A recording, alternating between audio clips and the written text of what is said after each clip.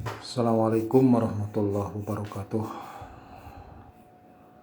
Alhamdulillahirabbil alamin. Wassalatu wassalamu ala asyrofil anbiya'i wal mursalin. Asyhadu an la ilaha illallah wahdahu la syarikalah wa asyhadu anna Muhammadan abduhu wa rasuluh. Amma ba'du. Saudara-saudara, marilah kita awali perkuliahan kita kali ini dengan bersama-sama membaca doa. Bismillahirrahmanirrahim. Rabbi zidni ilman warzuqni fahma. Rabbi shrahli sadri wa yassirli amri wahlul 'uqdatam min lisani yafqahu qawli. Raditu billahi robba wa bil islami dina wa bi Muhammadin nabiyya wa rasula. Amin ya rabbal alamin. Pada kesempatan kemarin atau minggu kemarin kita sudah membicarakan terkait dengan tugas kepemimpinan manusia ya, di muka bumi ini. Ya, kemarin kita ada istilah imam, ada istilah khalifah, dan juga ada istilah ulil amri. Ya. Hari ini kita akan berbicara tentang kepemimpinan diri. Dalam arti kan di akhir slide kemarin, di minggu kemarin itu diungkapkan bahwa kata Rasulullah, sabda Rasulullah, kullukum ra'in, gitu ya. Setiap kamu itu adalah pemimpin. Wa kullukum mas'ulun an ra'iyatihi. Dan setiap pemimpin itu akan ditanya tentang amanah kepemimpinannya. Seorang ayah, seorang suami itu menjadi kepala rumah tangga, itu ya, maka dia akan ditanya terkait dengan kedudukannya sebagai kepala rumah tangga. Demikian juga seorang istri itu akan ditanya tentang statusnya sebagai seorang istri di dalam rumah tangga itu, terutama bagaimana dia menjaga kehormatan, menjaga kekayaan keluarga, di samping juga adalah pendidikan anak. Dan yang ketiga juga, bahkan seorang hamba sahaya saja, seorang budak saja, atau katakanlah mungkin seorang pegawai begitu ya.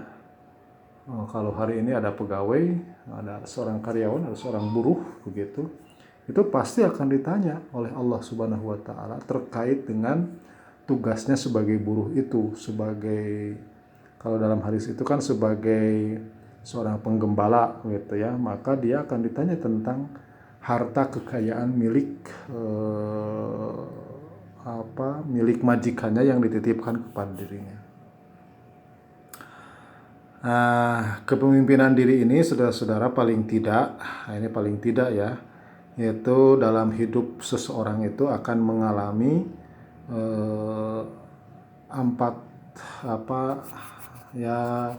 terkait dengan kepemimpinan pribadi dirinya, gitu kan. Kemudian seorang pribadi itu pasti ada keluarga ya, maka kepemimpinan dalam keluarganya, baik dia sebagai seorang suami, seorang ayah, seorang anak, gitu kan, nanti bagaimana di dalam keluarga itu. Selain itu pasti dia juga adalah anggota masyarakat, gitu ya, anggota suatu masyarakat. Oke, bagaimana seharusnya seseorang itu hidup dalam sebuah masyarakat. Dan yang terakhir tentu saja adalah dalam kaitannya sebagai warga sebuah bangsa dan sebuah negara, gitu. Jadi akan kita bahas pada kesempatan kali ini adalah bagaimana kepemimpinan seorang muslim itu terkait dengan dirinya sendiri, dirinya pribadi, kepribadi. Yang kedua adalah terkait dengan kepemimpinan atau hidup seseorang itu dalam kaitannya dengan keluarga, kemudian masyarakat, dan yang terakhir adalah berbangsa dan bernegara. Baik, kita awali dari kehidupan sebagai seorang pribadi. Ini pasti terkait dengan 4 hal ya. Pertama, sebagai seorang muslim tentu saja bagaimana akidah seorang muslim itu kalau dikaitkan dengan kepribadiannya gitu kan. Bagaimana pula yang kedua adalah terkait dengan akhlaknya. Dan yang ketiga kemudian nanti terkait dengan ibadahnya. Dan yang keempat adalah terkait dengan muamalah duniawiyahnya. Terkait dengan akidah, saudara-saudara, sebagai seorang muslim tentu saja kita harus memiliki kesadaran imani berupa tauhid, ya, berupa tauhid. Yang disebut dengan tauhid itu adalah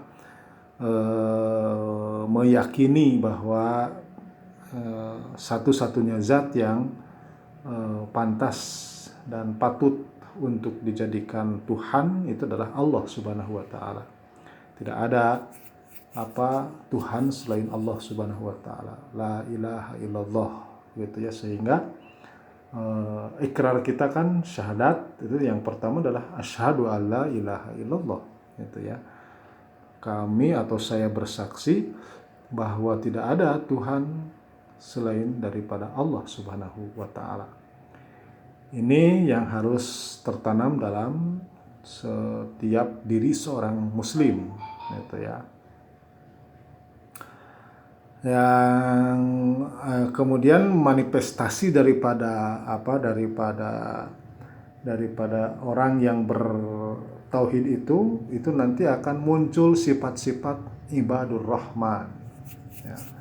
Sifat-sifat ibadur rahman ini kalau saudara-saudara baca di surat Al-Furqan ayat ke-63 sampai ayat ke-77 itu ada kurang lebih 13 ya, ada kurang lebih 13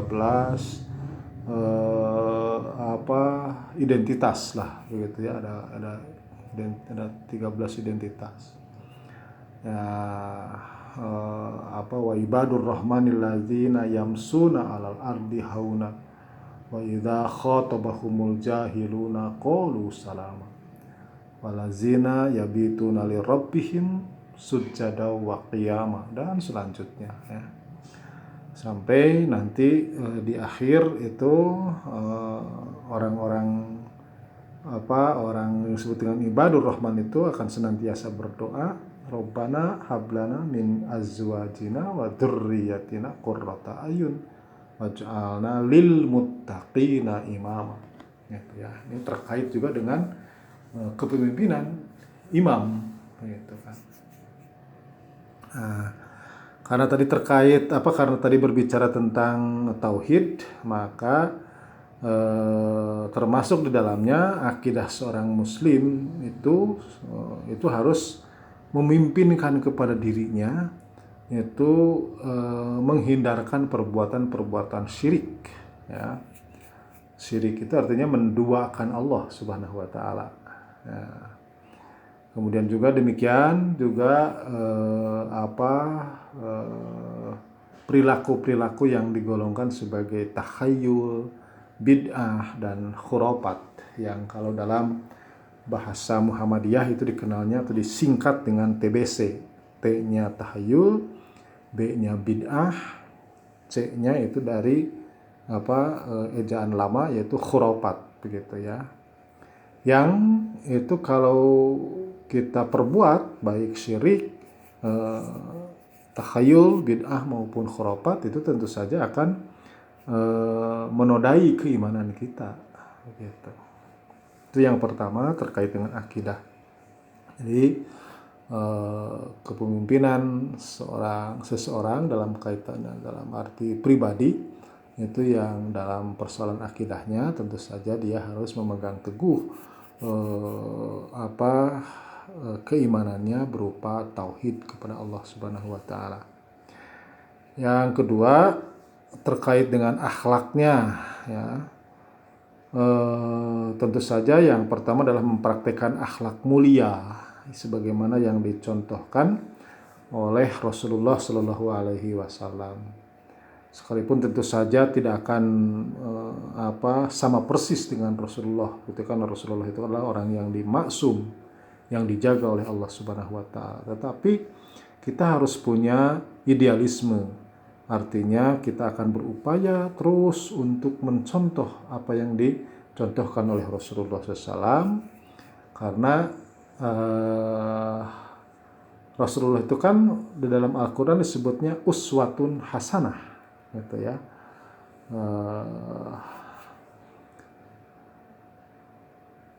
Terutama empat sifat yang melekat kepada seorang nabi, yaitu sidik, tabligh, amanah, dan patonah. Yang kedua, beramal dengan niat tulus ikhlas dalam wujud amal soleh dan ihsan, jauh dari riya, sombong, israf, fasad, fahsya, dan mungkar, gitu ya. Jadi saudara-saudara, kita sangat meyakini bahwa Allah Subhanahu wa taala itu telah menyediakan kehidupan akhirat, gitu ya.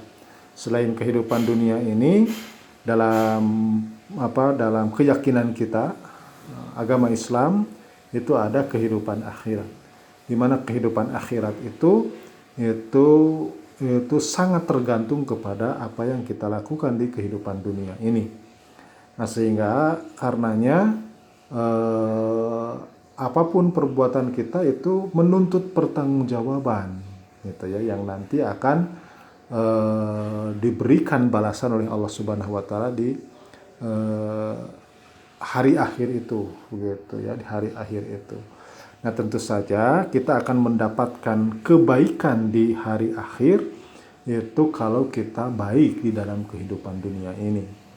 Nah, demikian juga jangan salahkan Allah Subhanahu wa taala kalau nanti di kemudian hari, di yaumil akhir itu kita mendapatkan penderitaan kalau seandainya kita tidak pernah menabung amal soleh dalam kehidupan dunia ini.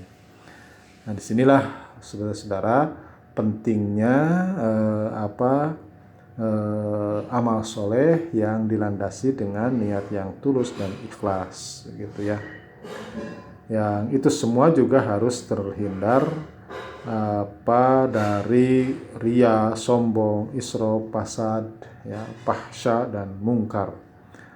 Saya kira sudah tahu ya istilah riya, sombong, israf itu berlebihan, ya, berlebihan dalam segala sesuatu. Fasad itu melakukan kerusakan-kerusakan. Ya, fahsya artinya ya berbuat dolim kepada dirinya, gitu kan. Fahsya wal mungkar. Nah, mungkar itu adalah perbuatan jelek yang itu bisa berakibat baik kepada dirinya maupun kepada orang lain. Nah, yang terakhir, saudara-saudara, dalam bekerja atau menunaikan tugas itu harus menjauhi dari perbuatan-perbuatan buruk, baik itu korupsi, kolusi, dan nepotisme yang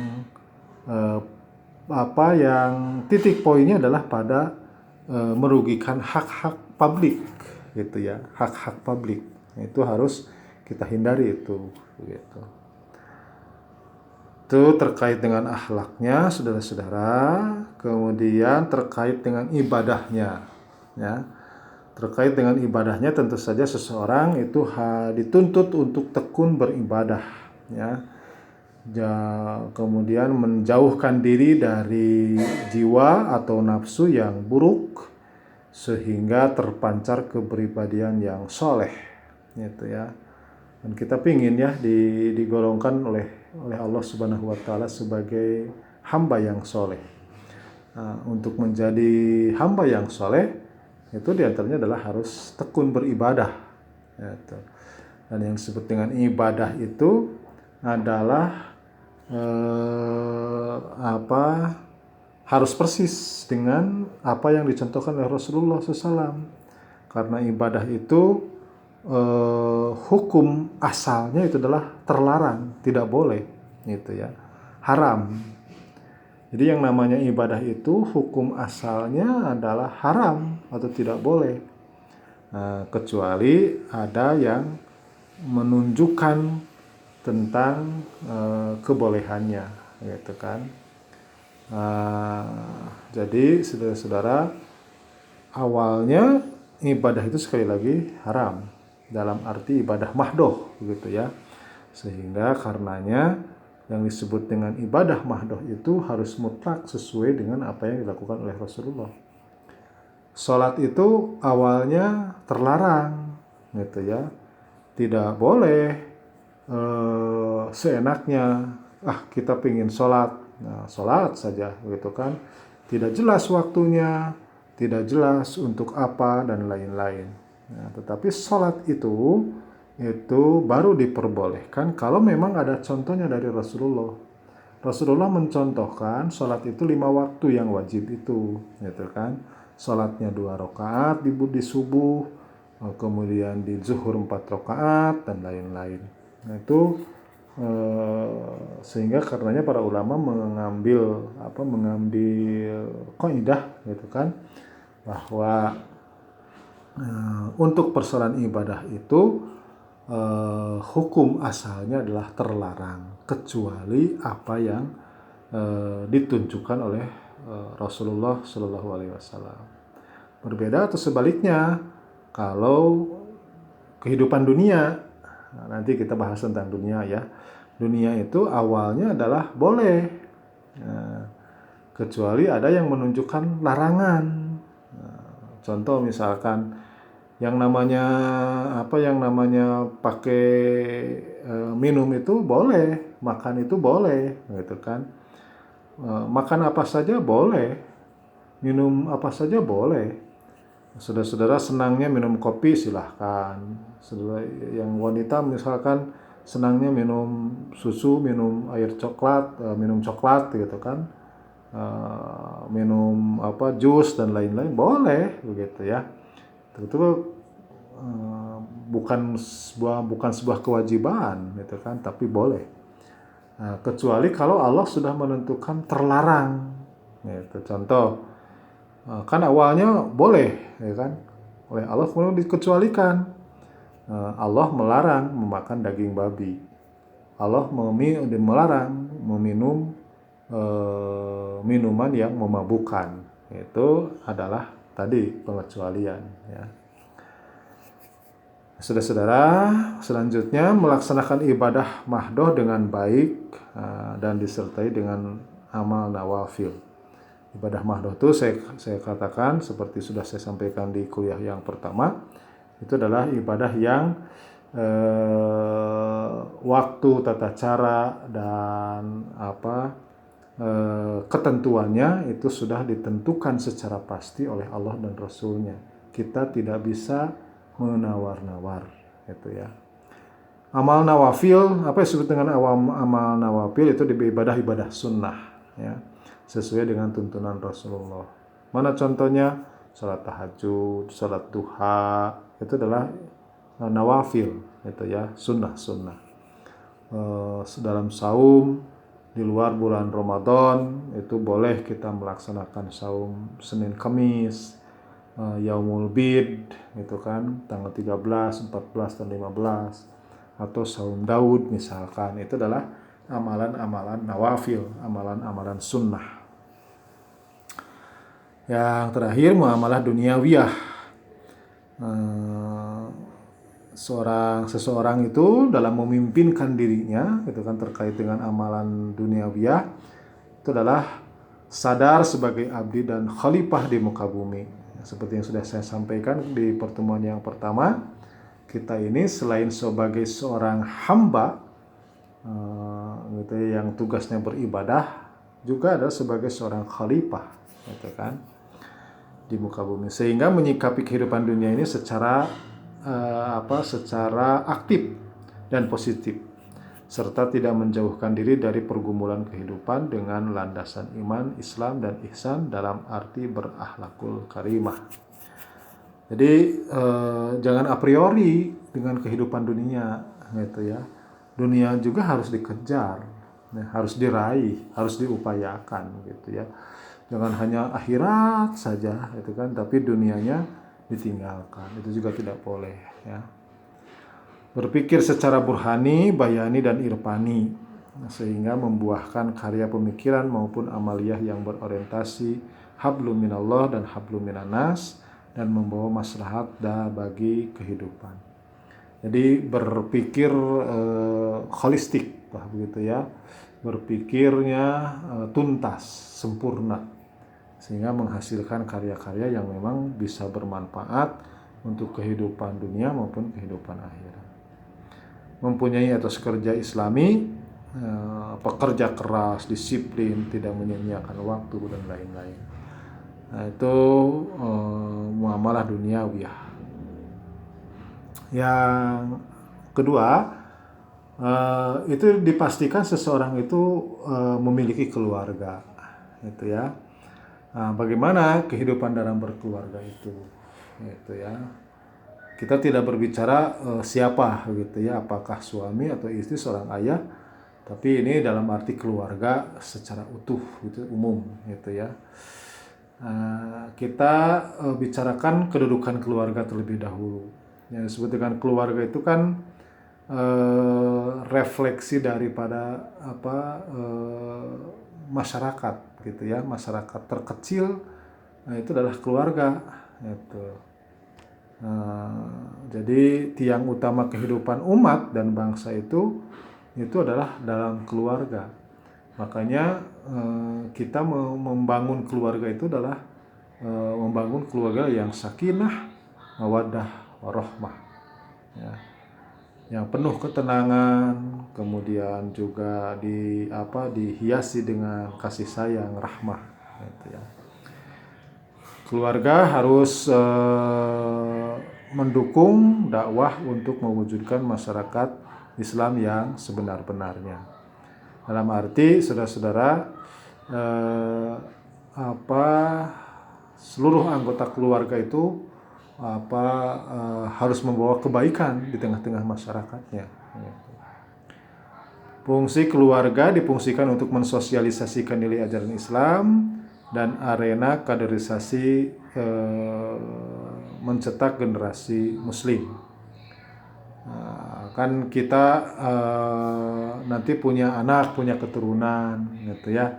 Nah, itu kita sosialisasikan ajaran Islam itu kepada mereka, sehingga mereka tumbuh kembang itu juga dengan nilai-nilai ajaran Islamnya, begitu ya. Nah, selanjutnya, saudara-saudara, keluarga dituntut keteladanan uswah hasanah dalam mempraktikkan kehidupan yang Islami. Ya, pergaulan ma'ruf, saling mengasihi, saling menghormati hak-hak hidup anak, kemudian memberikan pendidikan akhlak yang paripurna, menjauhkan dari siksa neraka, gitu ya. Sebab ku anfusakum wa ahlikum naro, itu kan kata Allah Subhanahu wa taala, jagalah dirimu, demikian juga jaga keluargamu dari ancaman siksa neraka. Itu, saudara-saudara. Kemudian maka selanjutnya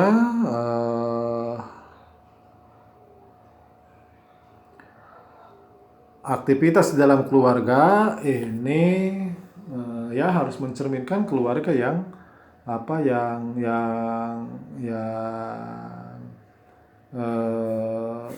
berorientasi kepada dua tadi, itu ya, baik kedudukan maupun fungsi tadi. Yang pertama, menjadi ajang pendidikan terbaik, gitu ya. Sebenarnya sekolah itu ya hanya dalam tanda petik mungkin formalitas, begitu ya. Memiliki Anda kan nanti menjadi standar, gitu ya. Jadi standarisasi itu ada di sekolah, gitu, formal, gitu. Tetapi yang hakikat daripada pendidikan anak itu kan ada di keluarga, gitu. Sehingga karenanya kata Rasulullah SAW, ibu itu adalah madrasah yang pertama, sekolah yang pertama bagi anak-anak, gitu. Madrasah bukan pertama saja, tetapi pertama dan utama, gitu ya.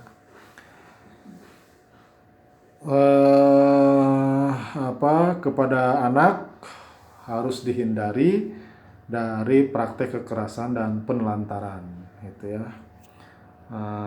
Kalau sudah ada ini, gitu ya, nanti bahkan negara itu harus mampu bertindak, harus mampu melakukan intervensi.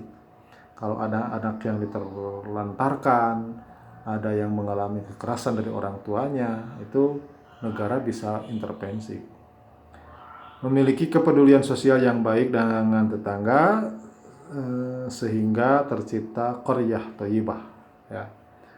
Jadi sebuah keluarga itu juga harus menjadi ragi lah begitu ya, harus mempengaruhi lingkungan masyarakatnya dengan kebaikan. Dan untuk semua itu dalam pandangan kita itu banyak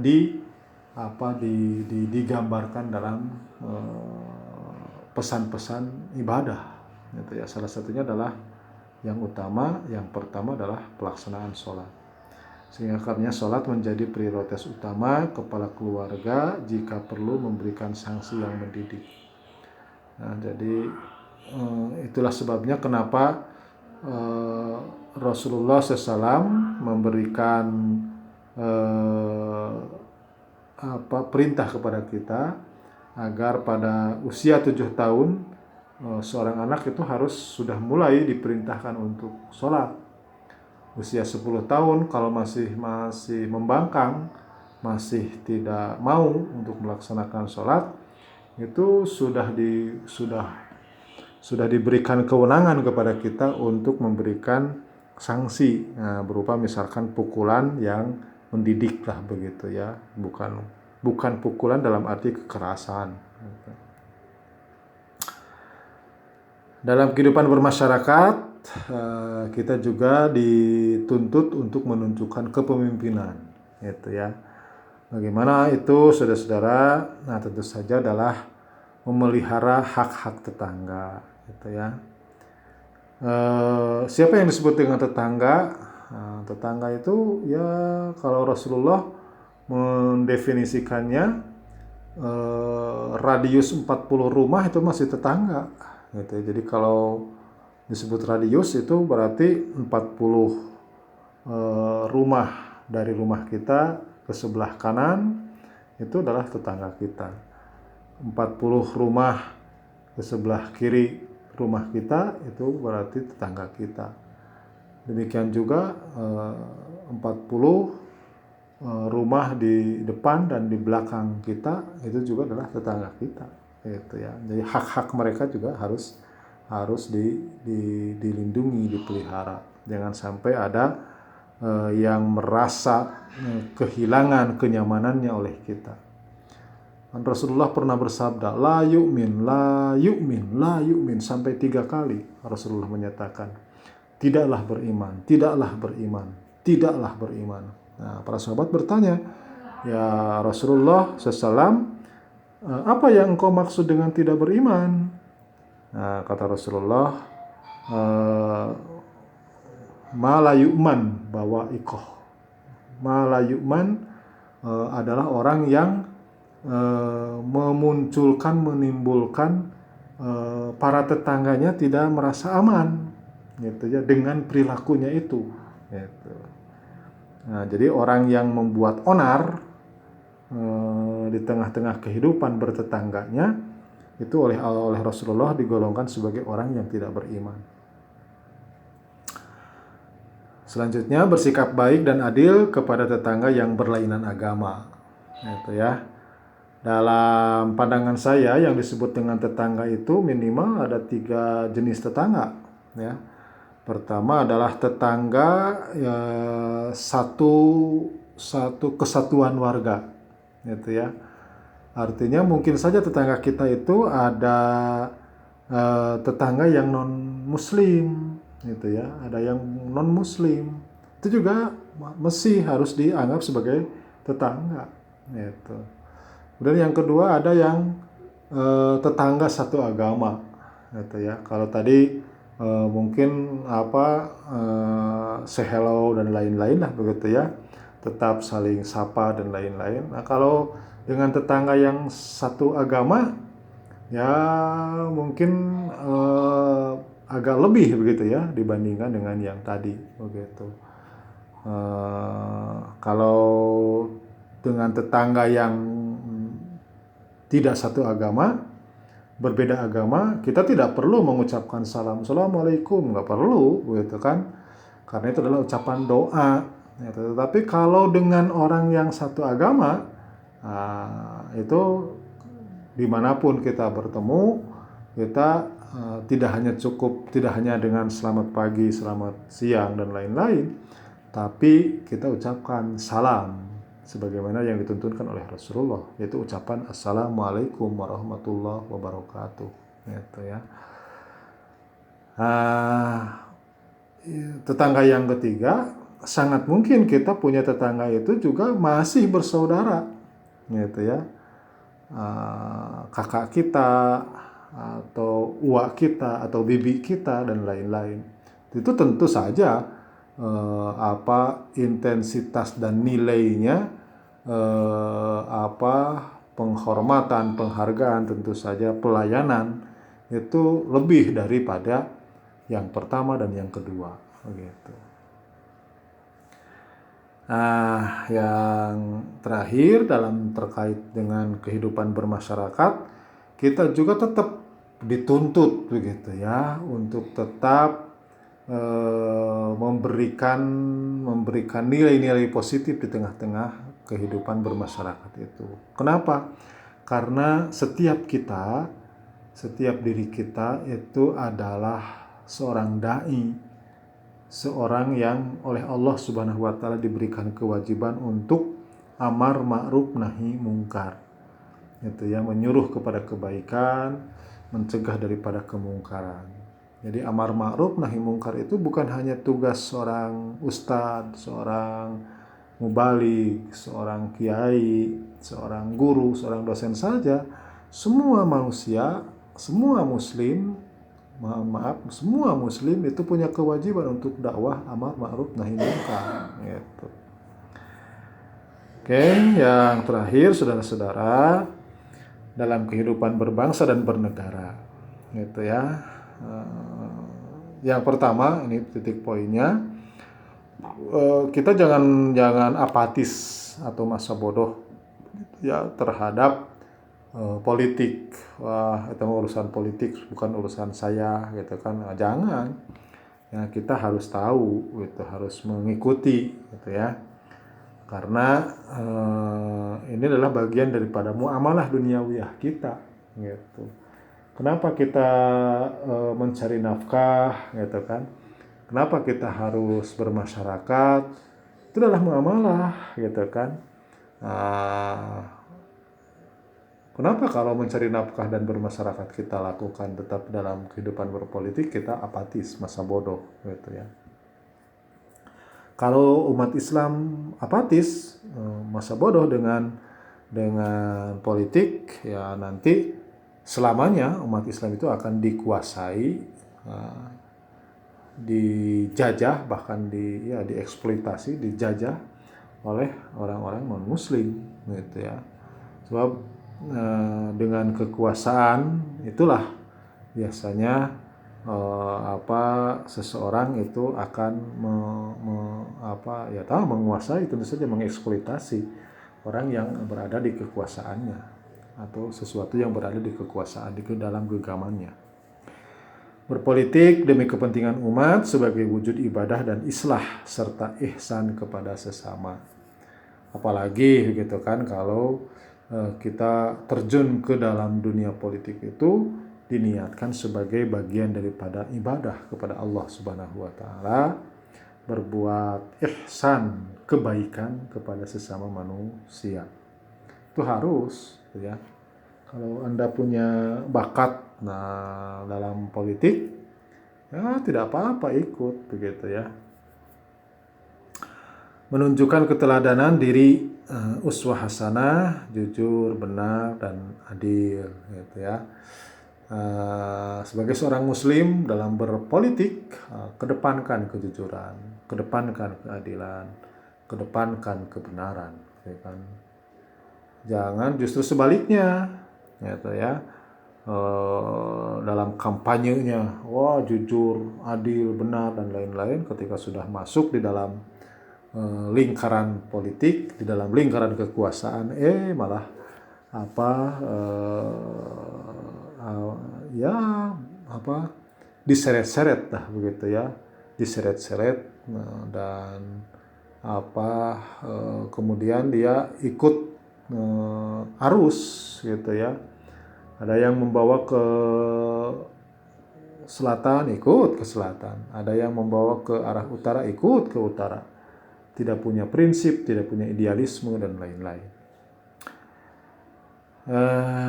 Berpolitik itu harus dengan kesalehan gitu ya. Artinya kalau tadi di tengah-tengah masyarakat kita juga berdakwah amar ma'ruf nahi mungkar, nah ketika kita terjun ke dalam dunia politik juga tetap ya, karena tadi itu prinsipnya setiap muslim itu adalah seorang dai, dimanapun dia berada itu harus melakukan amar ma'ruf nahi mungkar. Nah, terakhir tentu saja kita juga menghimpun kekuatan dengan bersilaturahmi ya, dengan menjalin ukhuwah itu ya, dengan baik dengan mempersatukan kawan gitu kan, dan juga tentu saja bagaimana melakukan lobby-lobby dengan lawan kita, dengan lawan politik. Nah, sehingga nanti keputusan-keputusan politik itu lebih banyak berpihak kepada idealisme kita gitu.